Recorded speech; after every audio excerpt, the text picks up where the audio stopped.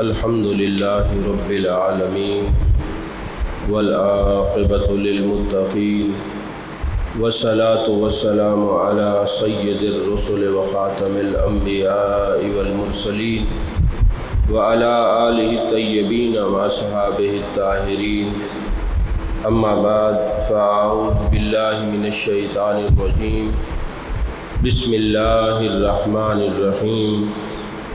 إن الله مع الصابرين. صدق الله العظيم وصدق رسوله النبي الكريم الأمين المكين الرؤوف الرحيم.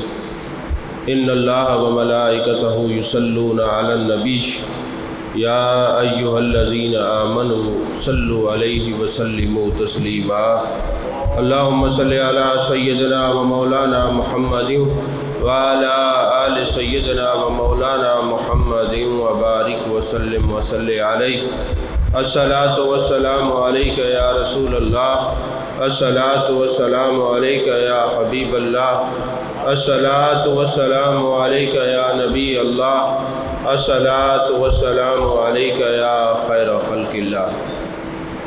تمام تعریفیں اللہ تبارک و تعالیٰ کے لیے ہیں جو خالق کائنات بھی ہے، مالک شجاعت بھی، جو احد بھی ہے، صمد بھی ہے، جس کی شان لم یلد بھی ہے ولم یولد بھی.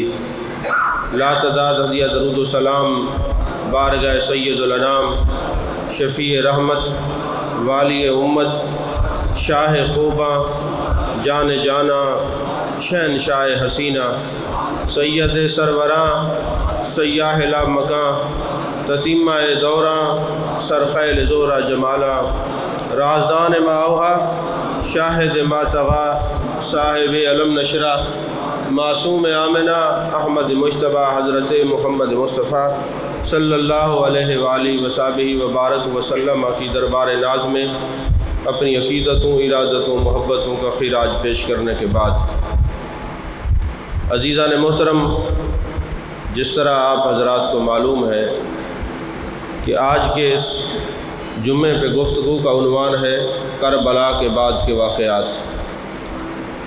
انشاءاللہ اگلے جمعہ کو حضرت امام عالی مقام کے جو قاتلین تھے ان کا جو انجام تھا اس پر گفتگو ہوگی. نبی کریم صلی اللہ علیہ وآلہ وسلم نے جس طرح محبت اور پیار اپنی اہل بیت کا سکھایا ہے، کوئی بندہ جتنی کوشش کرے اس کا حق ادا نہیں کر سکتا. بہرحال جو مودت کا حکم ہے وہ اس پر عمل کرنا سب پر لازم ہے. آج ان کی آواز کیا ہے؟ سمجھ کیسے نہیں آئی؟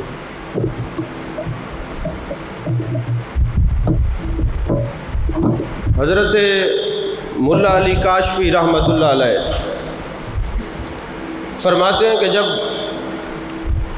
میرے آقا کریم صلی اللہ علیہ وآلہ وسلم ہجرت کر کے مدینہ تشریف لے گئے تو آپ نے یہ واقعہ سنا ہے کہ محبوب علیہ الصلوۃ والسلام نے حضرت ام معبد کی جھونپڑی کو رونق بخشی.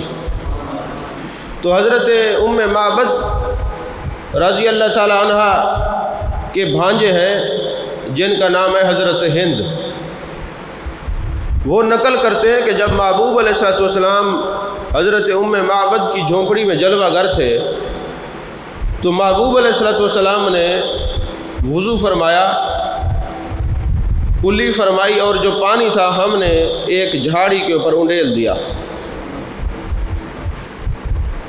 دوسرے دن ہم کیا دیکھتے ہیں کہ وہاں پر ایک درخت اگا ہوا ہے جس کے پھل اتنے میٹھے ہیں جن کا ذائقہ دنیا کے ذائقوں سے نہیں ملتا، جن کے پھل کی مشابہت دنیا کے کسی پھل سے نہیں ملتی. بوئے آں چو امبر طعم او طعم شیر. فرماتے جب ان کو کھاتے ہیں تو امبر اور کستوری کی خوشبو آتی ہے، اور جب ان کا ذائقہ منہ میں جاتا ہے ایسے لگتا ہے کہ کوئی دودھ پی رہے ہیں. اس قسم کا ذائقے دار پھل اگا ہوا تھا. فرماتے ہیں کہ اب اس کا عالم یہ تھا کہ اگر کوئی اس کو غریب کھائے تو امیر ہو جاتا تھا، اگر کوئی بے اولاد کھائے تو اللہ اولاد کی دولت سے نوازتا تھا. اور پھر فرماتے ہیں کمال یہ ہے کہ اگر کسی مریض کو کھلا دیا جاتا تو اللہ تبارک و تعالی شفائے کاملہ عطا فرماتا تھا۔ فرماتے ہیں عرصہ گزر گیا، وہ پھل یوں ہی اس کے اوپر جو ہے درخت کے اوپر پھل لگتے رہے، اس کے پتے بھی سرسبز رہے۔ تو ایک دن کہتے ہیں صبح میں اٹھا، جب اس درخت کے قریب گیا تو میں کیا دیکھتا ہوں کہ اس درخت سے آہ و فغاں کی آوازیں آ رہی ہیں، رونے کی آوازیں آ رہی ہیں، مگر رونے والا نظر کوئی نہیں آتا۔ میں نے بڑا غور کیا کہ اس درخت کے اندر سے کیسی آوازیں آ رہی ہیں، مجھے سمجھ نہ آئی۔ تو میں نے دیکھا کہ پھل بھی اس کے سارے گر چکے ہیں، پتے بھی اس کے پیلے ہو چکے ہیں، زرد پڑ چکے ہیں۔ تو میں حیران ہوا کہ آج اس درخت کو کیا ہوا۔ اتنے میں ہمیں خبر ملی کہ امام الانبیاء صلی اللہ علیہ وسلم دنیا سے تشریف لے گئے ہیں۔ جب میرے آقا علیہ الصلوۃ والسلام کے دنیا سے جانے کی خبر ملی تو بات سمجھ میں آ گئی، عقدہ کھل گیا کہ یہ جو درخت تھا یہ محبوب علیہ الصلوۃ والسلام کی جدائی میں رو رہا ہے۔ یہ آہ و نالے، یہ آہ و فغاں، یہ چیخ و پکار محبوب علیہ الصلوۃ والسلام کی جدائی میں ہے۔ آپ کو بات سمجھ آ رہی ہے؟ محبوب علیہ الصلوۃ والسلام کی جدائی میں ہے۔ پھر فرماتے پھر اس پر پھل اگتا تھا، لیکن اتنا زیادہ نہیں تھا جس بہار محبوب علیہ الصلوۃ والسلام کے زمانے میں تھی، اتنا بہار نہیں تھی۔ پتے جو تھے وہ بھی تھے لیکن اس طرح کے نہیں تھے جس طرح پہلے تھے۔ فرمایا 30 سال تک وہ درخت یوں ہی ہرا بھرا نظر آتا رہا، اس طرح نہیں تھا جو محبوب علیہ الصلوۃ والسلام کے زمانے میں تھا، لیکن بعد میں 30 سال تک رہا۔ 30 سال کے بعد پھر ہم کیا دیکھتے ہیں کہ پھر وہی آہ و فغاں، وہی رونے کی آواز، پتے گر گئے، پھل جو اگے ہوئے تھے وہ گر گئے۔ اس 30 سال میں دور دراز سے بیمار آتے، شفا پا جاتے، بے اولاد آتے، پھل کھاتے، اللہ ان کو اولاد سے نوازتا، اور بڑی دور دور تک ہم نے اس کا نام رکھ دیا تھا شجر مبارکہ۔ کہتے وہ مشہور ہو چکا تھا شجر مبارکہ۔ ہر جگہ یہی ہوتا تھا، بھائی کوئی مسئلہ ہے تو شجر مبارکہ کے جاؤ، پھل کھاؤ، پتے کھاؤ، اس کے سائے میں بیٹھو، اللہ تبارک و تعالیٰ تم پر خصوصی کرم نوازی فرمائے گا۔ فرماتے ہیں 30 سال کے بعد پھر وہی مسئلہ، پھر درخت سے رونے کی آواز، وہی جدائی کے اثرات نظر آئے تو پتہ چلا آج حضرت مولا کائنات حضرت علی کرم اللہ وجہ الکریم دنیا سے تشریف لے گئے ہیں۔ فرماتے حضرت علی کے دنیا کے جانے کے بعد پھر اس درخت پر پتے تو تھے مگر پھل نہیں اگے، لیکن لوگ پتے کھا کھا کے گزارا کرتے رہے۔ عرصہ گزر گیا، پھر ایک وقت آیا کہ صبح ہم جب گئے نا تو اس کے پتے گر چکے تھے، پتوں کی جگہوں سے خون کے قطرات گر رہے تھے زمین کے اوپر۔ پھر وہی چیخ و پکار، آہ و فغاں، وہ نالے، وہ رونے کی آوازیں درخت سے آتی رہیں، اور وہ درخت خشک ہو گیا۔ وہ کل تک تو جس کے پتے سبز تھے آج پتے خشک ہو کر گر گئے، درخت خشک ہو گیا۔ چیخ و پکار کی آواز ہے اور خشک درخت سے چیخ و پکار کی آواز آتی ہے مگر رونے والا نظر نہیں آتا۔ ہم بڑے حیران ہوئے، عجیب معاملہ ہے، رونے والا نظر نہیں آتا۔ تو پتہ چلا کہ آج حضرت سیدنا سید الشہداء حضرت امام حسین علیہ السلام شہید ہو چکے ہیں۔ فرماتے ہیں پھر وہ درخت ہمیشہ کے لیے سوکھ گیا، آج تک وہ درخت ہرا بھرا نہیں ہوا، اس کا نشان ہی ختم ہو گیا۔ تو پتہ چلا ہم تو سمجھتے ہیں کہ انسانوں کا تعلق محبوب علیہ الصلوۃ والسلام سے محبت کا ہے، اور میرے آقا فرماتے ہیں کہ ارسلت الی الخلق کافہ، مسلم شریف کی حدیث ہے، جتنی چیزیں اللہ نے تخلیق کی ہیں میں سب کا رسول ہوں۔ تو پتہ چلا جو رسول محبوب علیہ الصلوۃ والسلام کو مانتے ہیں وہ محبت بھی رکھتے ہیں اور تکلیف بھی محسوس کرتے ہیں، ان کے اندر یہ عنصر موجود ہوتا ہے کہ محبوب علیہ الصلوۃ والسلام کے وضو مبارکہ اور آپ کی کلی مبارکہ سے جو درخت ہوگا اس کے اندر یہ تاثیر اللہ تبارک و تعالیٰ نے پیدا فرما دی کہ اب وہ محسوس کر رہا ہے کہ آہ و نالے کیا ہوتے ہیں، وہ درد کیا ہوتی ہیں، وہ تکالیف کیا ہوتی ہیں، وہ مسائل کیا ہوتے ہیں۔ اس کو خشک ہونا بھی جو ہے نہ سمجھ میں آ رہا ہے، اس کا تر ہونا بھی نظر آ رہا ہے، اور اس کا ہمیشہ کے لیے ختم ہونا یہ بھی نظر آ رہا ہے۔ یہ تو درخت کی کیفیت ہے۔ اگر کوئی حضرت امام حسین علیہ السلام کے نام کو نہ سمجھے، درخت کو سمجھے ہونا کہ درخت کو تو اس کیفیت کا علم ہے، انسان کو اس کیفیت کا علم نہیں ہے۔ جب حضرت امام حسین علیہ السلام دنیا سے تشریف لے گئے تو مدینے والوں نے ایک منظر دیکھا. وہ منظر کیا تھا کہ ایک کبوتر پھڑپھڑا رہا تھا مدینے کی گلیوں میں، اور حضرت امام حسین علیہ السلام کے خون کے قطرات زمین پر گر رہے تھے. وہ کبوتر کون سا تھا؟ آپ کی کتب اٹھائیے، کسی شیعہ کی کتابوں سے میں نہیں عرض کر رہا، اہل سنت کی کتب کے اندر بھی یہ موجود ہے. بات فرماتے ہیں کہ جب حضرت امام حسین علیہ السلام دنیا سے تشریف لے گئے تو ان کا جو خون مقدسہ زمین پہ گرا ہوا تھا تو ایک کبوتر اس کے اندر لوٹ پوٹ ہو گیا. اس نے اپنے آپ کو خون سیدنا امام حسین علیہ السلام کے اندر گم کر کے غرق ہو کر پھر وہ مدینے کی سمت چلا. اور مدینے والے کہتے ہیں کہ وہ کبوتر آ کر محبوب علیہ السلام کے روضہ مقدسہ پہ چمٹ گیا اور کافی دیر پڑھاتا رہا، آہور زاری کرتا رہا. اس کی رونے کی آوازیں اہل مدینہ نے سنی، گویا وہ قاصد بن کے آیا تھا. یا رسول اللہ صلی اللہ علیہ وسلم، کلمہ پڑھنے والوں نے آپ کے نواسے کو شہید کر دیا ہے، آپ کے لخت جگر کو شہید کر دیا ہے. مدینے والے کہتے ہیں ہم بڑے حیران تھے کیونکہ ہم کبوتر کی بات کو سمجھ نہیں سکتے تھے. لوگوں نے وہ ٹائم نوٹ کر لیا. فرمایا پتہ چلا کہ وہ جو کبوتر تھا یہ خبر لایا تھا کہ حضرت امام حسین علیہ السلام دنیا سے تشریف لے گئے، اور وہ خبر قاصد بن کے محبوب علیہ السلام کی بارگاہ میں آیا تھا وہ کبوتر، مگر حضرت امام حسین علیہ السلام کا غم اس کے سینے بھی میں موجود تھا. عزیزان محترم، اسی لمحے ایک اور واقعہ رونما ہوتا ہے. وہ یہ ہے کہ ایک یہودی تھا، اس کی بیٹی اچانک بیمار ہو گئی. پانی کرا نہیں ڈٹا، 1 گنو سارے 1 گنو پتہ نہیں پانی کرا نہیں ڈٹا نہ کی میں اسی پانی. میں نے کتنی دفعہ سمجھایا کہ جو بندہ آتا ہے اول تو بتا کے ہم تھک جاتے ہیں، پتہ نہیں آپ لوگ ادھر سے سنتے ہیں ادھر سے نکال دیتے ہیں. اب یہ صفیں بن گئی ہیں نا، جو بندہ آتا ہے وہ پیچھے بیٹھ جائے، آگے مت آئے. محبوب علیہ السلام نے فرمایا جب لوگ بیٹھ جائیں، جمعے کے خطبہ شروع ہو جائے، جو لوگ اوپر سے کندھے کراس کر کے آئیں گے وہ جہنم کی دیواریں کراس کر کے آئیں. یہ 1000 بار میں نے یہ حدیث بیان کی ہے. اور اتنا بھی پیاس کا عالم نہیں ہے کہ اگر آپ نے لیٹ آنا تو مت لے کے آیا کریں پانی، کوئی ضرورت نہیں ہے. آپ یقین فرمائیں، آج میں یہ حوالے نہیں دے رہا، پہلے میں کتابوں کے نام ضرور بتاتا ہوں. کیوں نہیں دے رہا؟ کہ ہر ایک بندے نے فون کر کے پوچھا یہ کہاں ہے، اور یہ کتابیں عام آدمی کی دسترس میں بھی نہیں ہے. عربی کی اردو ترجمہ کر کے آپ کو بیان کر رہا ہوں، اور بڑی محنت کرنی پڑتی ہے اگر آپ کے شعور اور ادراک میں ہو. اور جمعے والے دن آپ لوگ اپنے روٹین سے ہی آتے ہیں، خطبہ شروع ہونے والا ہوتا ہے پھر آتے ہیں. اس کے باوجود بھی میں تیاری اس طرح کرتا ہوں کہ جو لوگ پوری دنیا والے سن رہے ہیں چلو ان تک تو پیغام پہنچ ہی جائے گا نا. اور پھر آپ کا یہ معمول ہے جب کوئی بندہ آتا ہے آپ اس کو دیکھنا شروع کرتے ہیں جیسے بندے نہیں دیکھے. اس پتہ نہیں عادت کو اور نحوست کو کب آپ خیر بات کہیں گے. شاید ہماری زندگی میں تو مجھے ممکن نہیں ہے، کیونکہ عادتیں بچپن سے بگڑ جائیں نا پھر وہ کہتے ہیں نا عادتیں سر کے ساتھ جاتی ہیں. جتنے مسائل بتائیں، جتنے معاملات بتائیں، آپ لوگ پھر بھی کوشش نہیں کرتے، ادھر سے سنتے ہیں ادھر سے نکال دیتے ہیں. تو میں عرض کر رہا تھا کہ ایک یہودی تھا، اس کی بیٹی بیمار ہو گئی اچانک. پہلے تندرست تھی پھر بیمار ہو گئی. اس کی آنکھیں نابینا ہو گئی، پہلے بینا تھی، دونوں ہاتھ خشک ہو گئے. عجیب و غریب اس کی جناب کیفیت تھی. ایک پرندہ حضرت امام حسین علیہ السلام کے خون کے اندر اپنے آپ کو ضم کر کے، خون کے اندر جناب والا اپنے آپ کو گم کر کے سفر کر رہا ہے.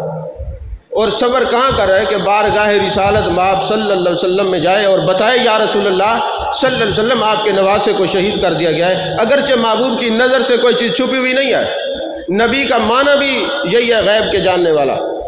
اب وہ جب کبوتر آیا نا تو راستے میں اس نے ایک باغ کے اندر پڑاؤ کیا.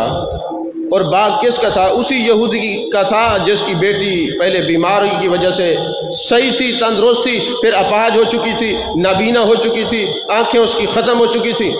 اب وہ پرندہ درخت پر بیٹھ کے نا اپنی بولی میں رو رہا ہے. اس کے رونے کے اندر اتنا درد تھا، اتنا درد تھا. مولانا روم فرماتے ہیں کہ اگر آپ بانسری کو دیکھیں نا، بانسری کے اندر درد اس لیے ہوتا ہے کہ یہ کسی سے جدا ہوئی ہے. اگر جدائی کا دکھ اور درد پوچھنا ہو تو یہ اہل محبت سے پوچھیں، عشق والوں سے پوچھیں. درد کی کیفیت۔ ایک صوفی سے پوچھا جناب آپ کا مسلک کیا ہے؟ اس نے کہا میرا مسلک درد ہے، جب محبوب کا نام آتا ہے میرے جسم پہ عجیب بجلیاں گرتی ہیں، میں درد کی کیفیت میں مبتلا ہو جاتا ہوں۔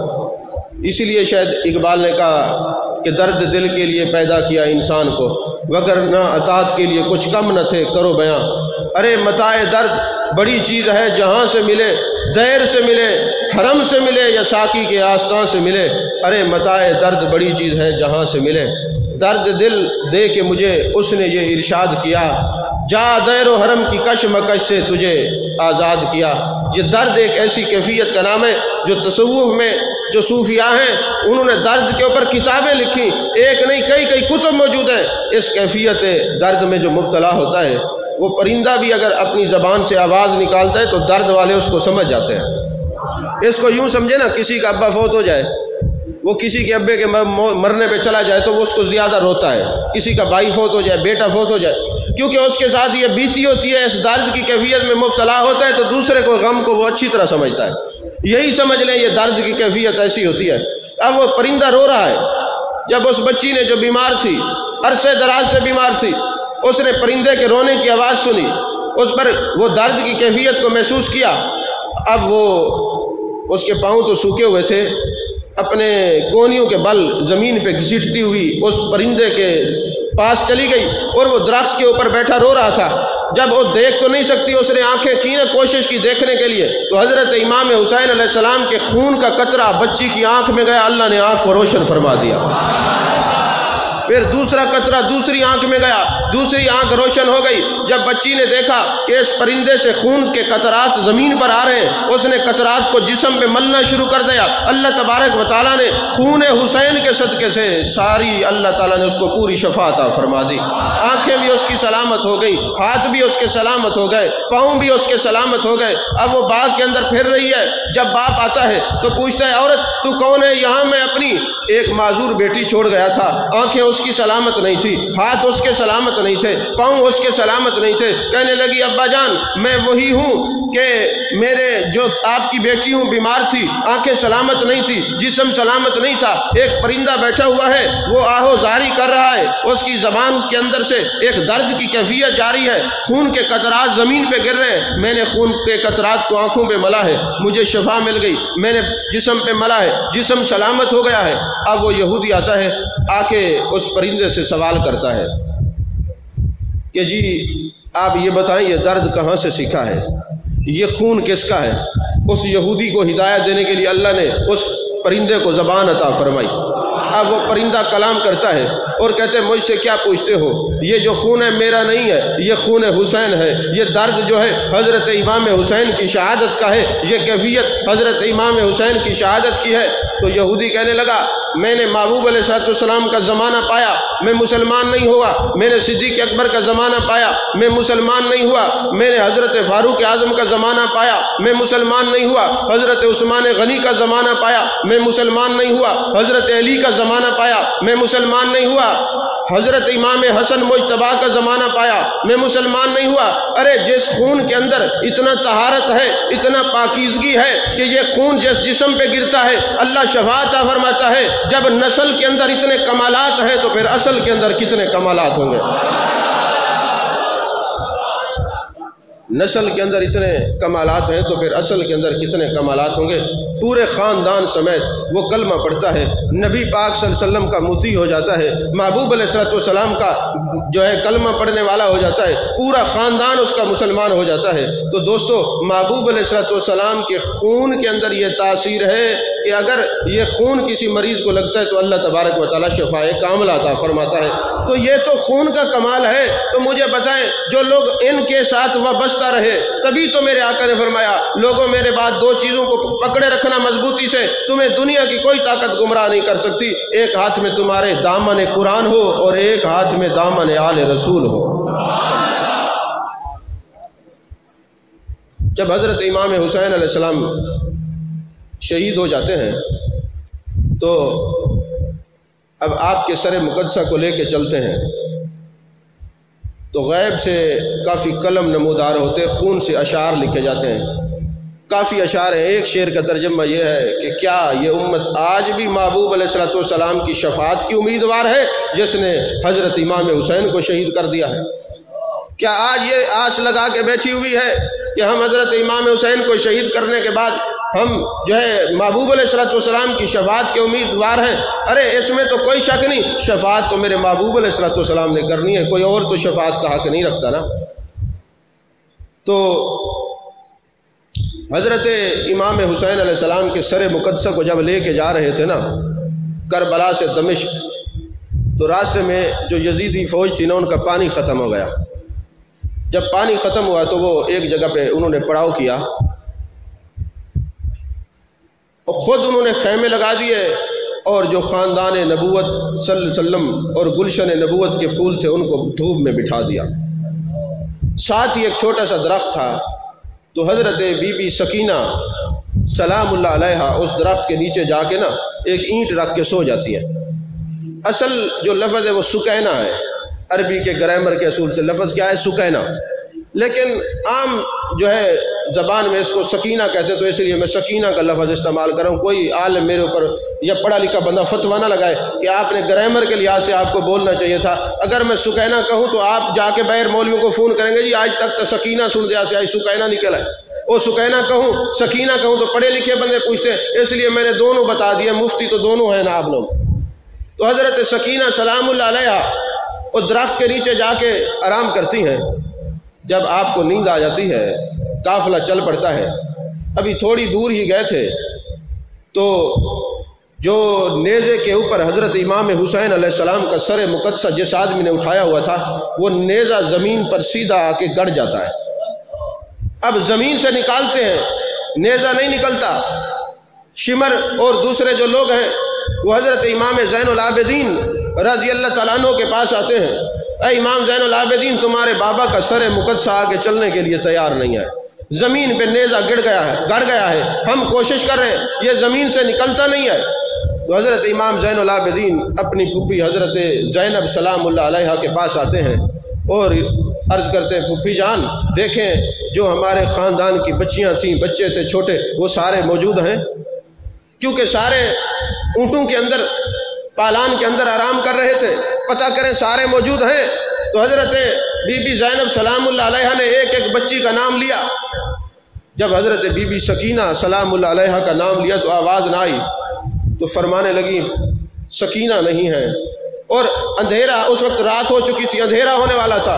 حضرت بی بی زینب سلام اللہ علیہا اسی پردے کی حالت میں، حضرت امام زین العابدین گلے کے اندر لوگوں نے بیڑیاں ڈالی ہوئی ہیں، ہاتھ پاؤں پیچھے باندھ رکھے ہیں، اور حضرت امام زین العابدین اور حضرت بی بی زینب سلام اللہ علیہا آتے ہیں تو اس درخت کے نیچے دیکھتے ہیں کہ ایک نقاب پوش ایک عورت، ایک خاتون نقاب پوش ہے، اور اس حضرت بی بی سکینہ سلام اللہ علیہا نے ان کی گود میں سر رکھا ہوا ہے اور کربلا کی ساری کہانی سنا رہی ہے۔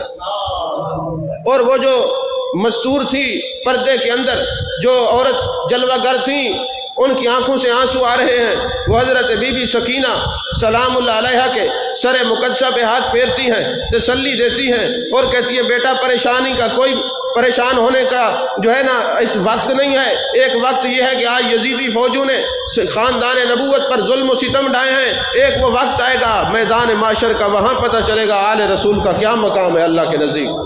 آج تم دنیا کی سختی برداشت کر لو، قیامت کا منظر آنکھوں کے سامنے رکھنا، وہ تسلی دے رہی ہے۔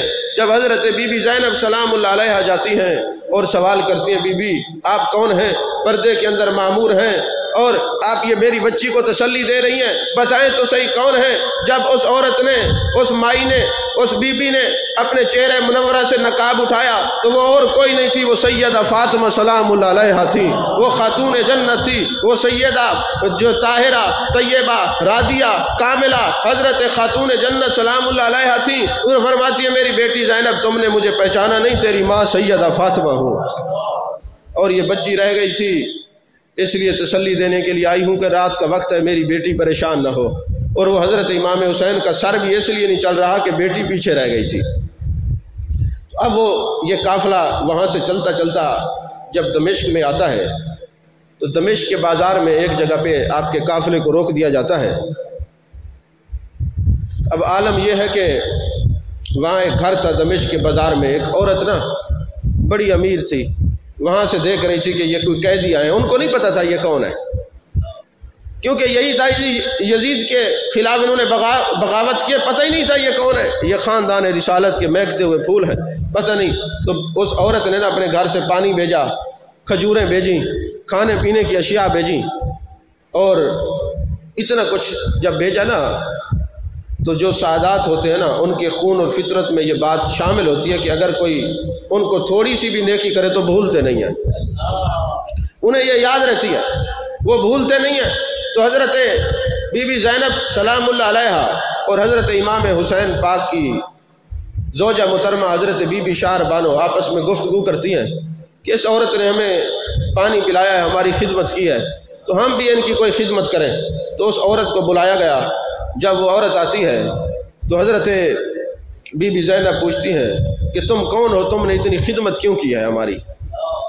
اب اس نے جو جواب دیا نا وہ عجیب کیفیت طاری ہو جاتی ہے۔ اس نے کہا آج سے 40-50 سال میں مدینہ طیبہ میں رہتی تھی اور میں حضرت بی بی فاطمہ کی نکرانی تھی، خدمت کرتی تھی، پھر بی بی فاطمہ نے مجھے دمشق بھیج دیا اور فرمایا وہاں رہنا۔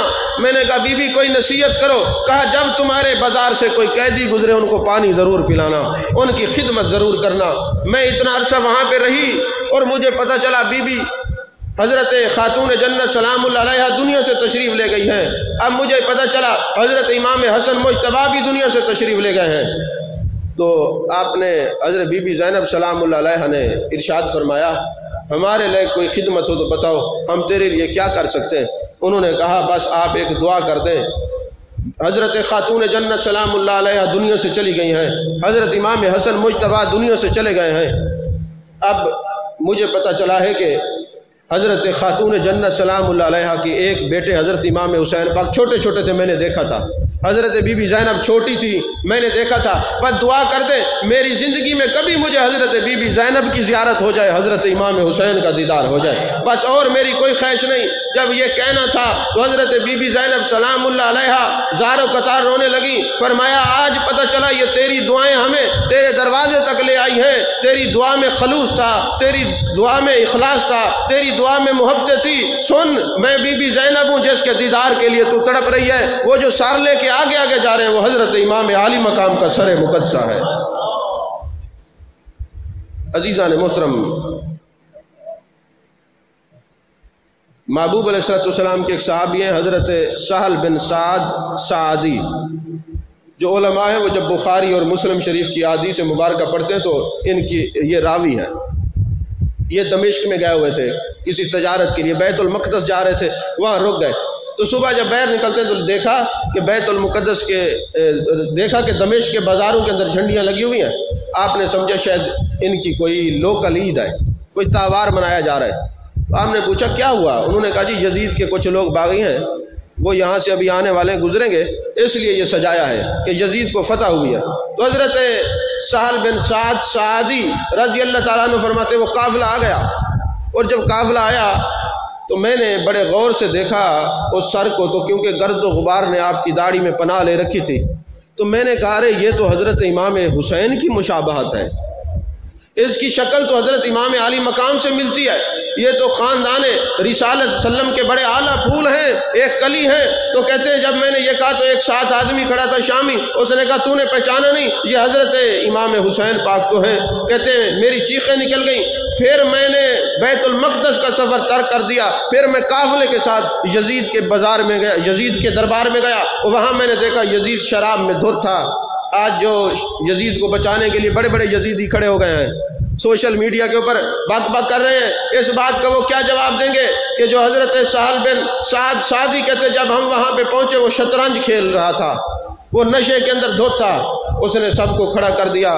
حضرت سہل بن سعدی کہتے ہیں میرا کلیجہ منہ کو آتا ہے جو اس نے بدتمیزی کی خاندان نبوت کے ساتھ میں بیان نہیں کر سکتا۔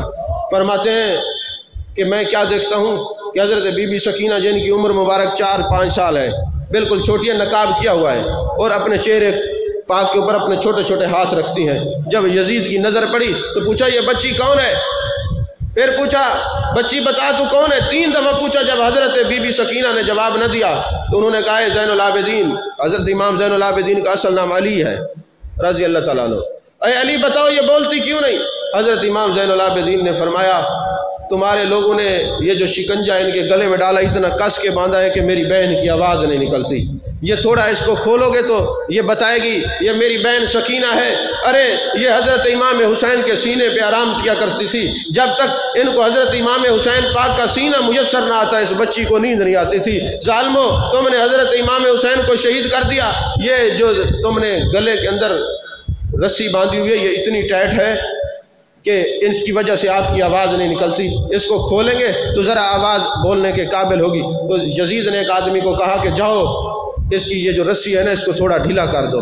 جب وہ آدمی قریب جانے لگا تو حضرت بی بی سکینہ دوڑ کے حضرت امام زین العابدین کے پاس جاتی ہیں اور فرماتی ہیں بھائیا ایک بات یہ ہے اس یزید کو منع کر دو، سکینہ جان تو دے سکتی ہے، غیر محرم کے ہاتھ اس کے سینے کو نہیں لگ سکتے، اس کے گردن کو نہیں لگ سکتے۔ تو حضرت امام زین العابدین کو یزید نے کہا یہ خود کھول دو۔ جب کھولا تو یزید نے حضرت بی بی سکینہ سے سوال کیا۔ اب یہ حضرت سہل بن سعد سعدی بیان کر رہے ہیں، یہ صحابی رسول صلی اللہ علیہ وسلم بیان کر رہے ہیں، فرماتے ہیں کہ جب یہ کھول گئے تو انہوں نے کہا سکینہ دیکھ یہ منظر تمہیں کیسے لگا؟ تو حضرت بی بی سکینہ نے کہا ملعون بدبخت یہ ایک تیرا منظر تھا جو ہم نے دیکھا، جو قیامت والے دن ہماری عظمت کا منظر ہوگا وہ تو بھی دیکھے گا، وہ تو دیکھے گا۔ تو دوستو حضرت زید بن ارقم صحابی رسول ہے، وہ فرماتے ہیں جب ابن زیاد نے حضرت امام حسین کے سر مبارک پہ آپ کے ہونٹوں کے اوپر ایک سٹیک چھڑی رکھی نا تو حضرت زید بن ارقم فرماتے ہیں میں کھڑا ہو گیا اور زید بن ارقم نے کہا بدبخت ملعون تجھے شرم نہیں آتی، ان ہونٹوں سے تو چھڑی ہٹا لے، میں نے اپنی آنکھوں سے کئی بار محبوب علیہ الصلوۃ والسلام کو ان ہونٹوں کو بوسے دیتا دیکھتا ہے، محبوب علیہ الصلوۃ والسلام بوسے دیتے تھے، آپ اپنی زبان مبارک حضرت امام حسین کو چسوایا کرتے تھے اور تم وہاں پہ سٹیک رکھ کے کھڑے ہو، تمہیں شرم نہیں آتی؟ ابن زیاد نے کہا اگر تو بزرگ نہ ہوتا، محبوب کا صحابی نہ ہوتا تو میں تجھے قتل کر دیتا۔ اس بدبخت کو کیا پتا کہ صحابی کی تو اتنا تعظیم کر رہے آل رسول کو تو نے شہید کر دیا ہے۔ تو حضرت زید بن ارقم وہاں سے نکلے اور یہ کہتے ہوئے کہ اے عرب کے لوگوں تم نے حضرت امام حسین کو شہید کر دیا، یہ مرجانہ کا بیٹا تمہارے جو نوجوان ہیں ان کو قتل کر دے گا، کمزوروں کو اپنے قبضے میں لے گا، نوجوان قتل ہو جائیں گے، اب تمہاری خیر نہیں ہے۔ یہ کہتے ہوئے آپ وہاں سے چلے گئے۔ جب یہ قافلہ چلا نا تو راستے میں شمر نے کہا اچھا دیکھیں کتنی بدبختی ہے، کوئی بندہ اپنے بچوں کا نام ان کے نام پہ نہیں رکھتا، گالی دینی ہو تو اے یزیدہ اے شمرا کہتے ہیں نا، اب ان کا نام ہی گالی بن گیا ہے۔ اور حیرت کی بات ہے جن کو پیاسا رکھا گیا آج بھی 1450 سال بعد ہر ممبر پہ ان کا ذکر ہے، اور جو پانی پیتے رہے ان کا پتہ ہی نہیں کہ وہ قبر ان کی کہاں ہے۔ تو دوستو جب یہ قافلہ چلا نا تو ایک اونٹنی تھی جو اہل بیت کی تھی، خاندان نبوت کی تھی، تو یزیدیوں نے ایک اونٹنی پکڑ لی اور اس کو ذبح کر کے پکا کے کھانا شروع کر دیا۔ جیسے وہ کھاتے ہیں تو گوشت کڑوا ہو چکا تھا اور اس کے اندر سے بدبو آتی تھی۔ تو شمر نے کہا اے امام زین العابدین اے علی تم نے بتایا نہیں یہ اونٹنی بیمار ہے؟ فرمایا کہ ان میں سے کوئی بیمار نہیں ہے۔ کون سے نمبر کی تم نے اونٹنی ذبح کی؟ انہوں نے کہا یہ جو قطار بنا کے آ رہی تھی نا 5ویں نمبر کی اونٹنی۔ تو آپ رو پڑے، فرمانے لگے تمہیں نہیں پتا اس اونٹنی پہ سوار ہو کے میرے علی اکبر کربلا میں آئے تھے، یہ اونٹنی کسی اور کی نہیں ہے، حضرت علی اکبر کی ہے۔ تو کہا ہو حضرت علی اکبر کی ہو یا حضرت امام حسین کی ہے تو اونٹنی؟ فرمایا ارے جس پر حضرت علی اکبر سوار ہو جائیں وہ متبرک اور مبارک ہو جاتی ہے، اس کو یزیدی نہیں کھا سکتے، وہ تو حسینیوں کے کھاتے میں آئے گی تو خوشبودار ہوگی، وہ کھانے کے قابل ہوگی۔ تم نے اس کو ذبح کر دیا، ان کو کھانا نصیب نہیں ہوا۔ اور اسی طرح یہ قافلہ چلتا چلتا پھر یزید کے دربار سے مدینہ پہنچا۔ کافی سارے واقعات ایسے ہیں جن کو بیان بھی نہیں کیا جا سکتا، ابھی گفتگو کو شروع کرتے ہیں وقت ختم ہو جاتا ہے۔ تو یہ قافلہ چلتا چلتا جب مدینہ آیا، راستے میں کئی لوگ سر کو دیکھ کے مسلمان ہوتے رہے۔ ایک راہب مسلمان ہوا اس وجہ سے کہ راہب نے 1000 درہم دیے شمر کو، کہ مجھے ایک رات کے لیے سر مقدسہ دے دو۔ اس نے سوچا کہ یہ پیسے کے لیے تو ہم نے حضرت امام حسین کو شہید کیا ہے، تو کیا ہوا، 1000 تو درہم ملتا ہے نا، وہ پیسے لے کے نا وہ سر دے دیا۔ ساری رات راہب اس کو جو ہے عنبر سے کستوری سے صاف کرتا ہے، زلفوں پہ جناب والا کنگھی پھیرتا ہے، داڑھی مبارک پہ کنگھی پھیرتا ہے، وہ ساری رات انوار و تجلیات کی بارش ہوتی رہی۔ وہ راہب کہتا ہے جب پچھلی رات ہوئی تو میں نے دیکھا آپ کے ہونٹ ہل رہے ہیں اور آواز آ رہی تھی سبحان ربی الاعلی، سبحان ربی الاعلی۔ آپ آئے اور وہ 1000 درہم دینے کے بعد کہتے ہیں لوگوں میں مسلمان ہو چکا۔ انہوں نے کہا ہم تو کلمہ پڑھ کے سر کاٹ لائے اور تو نے سر دے کے کلمہ پڑھا ہے۔ کو بات نہیں سمجھ آئی، ہم تو کلمہ پڑھ کے آپ کا سر انور کاٹ لائے ہیں اور تم نے سر دے کے کلمہ پڑھا۔ فرمایا اس لیے کہ ساری رات میں انوار رسالت کو دیکھتا رہا ہوں، میں تجلیات مصطفیٰ کو دیکھتا رہا ہوں۔ ساری رات مختلف ارواح مقدسہ آتی تھی اور حضرت امام حسین علیہ السلام کے سر مقدسہ کے بوسے لیتی تھی۔ ساری رات خوشبوؤں کے جناب والا حلے آتے رہے۔ ساری رات میں انوار و تجلیات کی بارشوں کو دیکھتا رہوں۔ ارے جس نسل کے چہرے پہ اتنا نور ہے، کسی کی گردن کاٹ جائے یا فوت ہو جائے اس کے چہرے کی وہ کیفیت نہیں ہوتی۔ ارے یہ سر تن سے جدا ہوا مگر اس کے چہرے پہ آج بھی انوار رسالت کی تجلیات نظر آ رہی ہیں، آج بھی انوار رسالت کی تجلیات نظر آ رہی ہیں۔ تو میں نے کلمہ پڑھ لیا اور وہ کلمہ پڑھ کے دنیا سے چلے گئے۔ اور پھر حضرت امام زین العابدین جب مدینے پہنچتے ہیں نا تو نعمان بن بشیر کو یزید نے کہا کہ ساتھ لے کے جاؤ۔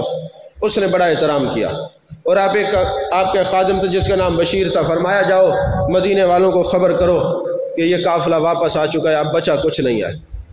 جب مدینے کے لوگ آئے، مدینے کے لوگ کہتے جب یہ قافلہ مدینے پہنچا نا تو وہی کیفیات لوٹ آئیں جو محبوب علیہ السلام کے وصال کی کیفیات تھی۔ اندھیرا چھا گیا، آسمان سے خون برس رہا ہے، جو پتھر اٹھاتے نیچے سے خون ہے، آہو پکار ہے۔ اور یہ قافلہ سیدھا حضرت امام زین العابدین اور حضرت بی بی زینب میرے آقا کی بارگاہ میں جاتی ہیں اور جا کے محبوب کی قبر انور سے لپٹ کے حضرت زینب فرماتی ہیں اے نانا یہ قافلہ جو مدینے سے چلا تھا، تیرا حسین دنیا سے چلا گیا، تیرے خاندان کے لوگ دنیا سے چلے گئے۔ اور پھر حضرت امام زین العابدین ساری زندگی ایک سائڈ پہ رہے، لوگوں سے ملتے نہیں تھے، ہر وقت روتے رہتے تھے۔ کسی نے سوال کیا اے امام زین العابدین آپ ہر وقت روتے کیوں ہیں؟ تو آپ نے جواب دیا کہ حضرت یعقوب کا ایک یوسف بچھڑا تھا، حضرت یعقوب کا ایک یوسف بچھڑا تھا، بینائی چلی گئی، روتے رہے۔ ارے گلشن نبوت کے، گلستان نبوت کے سارے یوسف چلے گئے اور میں نے اپنی آنکھوں سے سب کو شہید ہوتا دیکھا ہے، میں نے اپنی آنکھوں سے سب کو دیکھا، محبوب کے سارے یوسف چلے گئے۔ ارے ان کا ایک یوسف گیا، وہ روتے رہے اور میرے سارے یوسف چلے گئے اور میں نہ رو۔ تم مجھ سے سوال کرتے ہو تم روتے کیوں، مجھ سے میری کیفیات پوچھتے ہو۔ تو دوستو جو حضرت امام حسین علیہ السلام سے محبت کرنے والے ہیں قیامت تک اس کیفیت کو دیکھتے رہیں گے۔ جب کتب کا مطالعہ کرتے ہیں تو ایک نہیں، میں نے تقریباً کوئی 60-70 ایسے لوگوں کے نام تلاش کیے ہیں کہ جو یہ غم بیان کرتے ہوئے غم کو سنتے ہوئے رو پڑتے تھے اور دل میں خواہش ہوتی کاش ہم بھی ہوتے کربلا میں تو حضرت امام حسین کا ساتھ دیتے۔ تو رات کو محبوب کا دیدار ہوا اور میرے آقا نے فرمایا تم نے یہ کیفیت محسوس کی ہے، جاؤ میں تمہیں کربلا کے ساتھ رہنے کا ثواب بھی دیتا ہوں اور جنت میں امام حسین کا ساتھ بھی دیتا ہوں۔ یہ کیفیات ہیں۔ تو یزید ایک سوچ کا نام ہے، یہ قیامت تک رہے گی اور حسین بھی قیامت تک زندہ رہے گئے کہ قتل حسین اصل میں مرگ یزید ہے، اسلام زندہ ہوتا ہے ہر کربلا کے بعد۔ وآخر دعوانا ان الحمد للہ رب العالمین۔